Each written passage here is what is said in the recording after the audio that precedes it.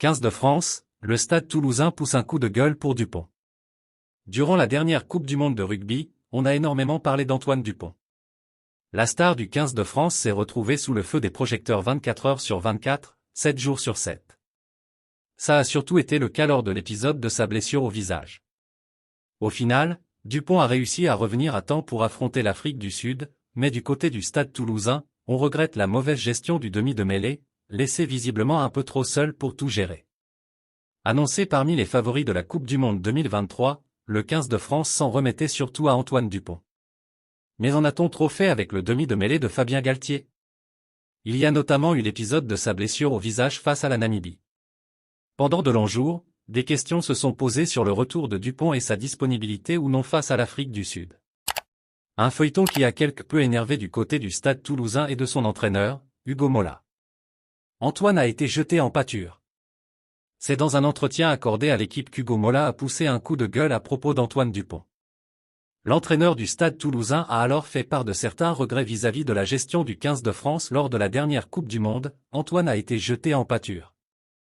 On a entendu en permanence, c'est Antoine qui décide. Il décide de se faire opérer, il décide de revenir au jeu, il décide de s'entraîner, il décide de jouer, il décide de parler de l'arbitrage, il décide de partir aux Jeux Olympiques, il décide. Ok. Antoine décide de beaucoup de choses. Mais il y a des gens qui l'entourent et qui sont là aussi pour prendre certaines décisions. Comme il est l'icône dont tout le monde rêvait et qu'il est très fort, on lui fait prendre toutes les décisions. Il ne doit pas être l'unique étendard. Pour Hugo Mola, Antoine Dupont aurait donc dû mieux être entouré par le 15 de France.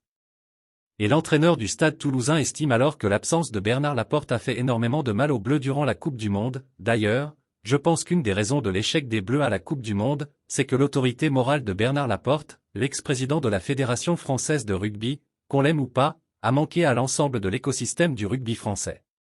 Je vais prendre l'exemple du Stade Toulousain. Je ne dépasse pas mon rôle de manager. Il arrive parfois dans la saison que le président intervienne.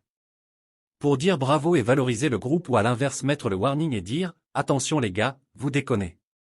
Antoine a dû gérer sa blessure, fracture de l'os zygomatique, son retour, la communication sur l'arbitrage de l'élimination en quart de finale.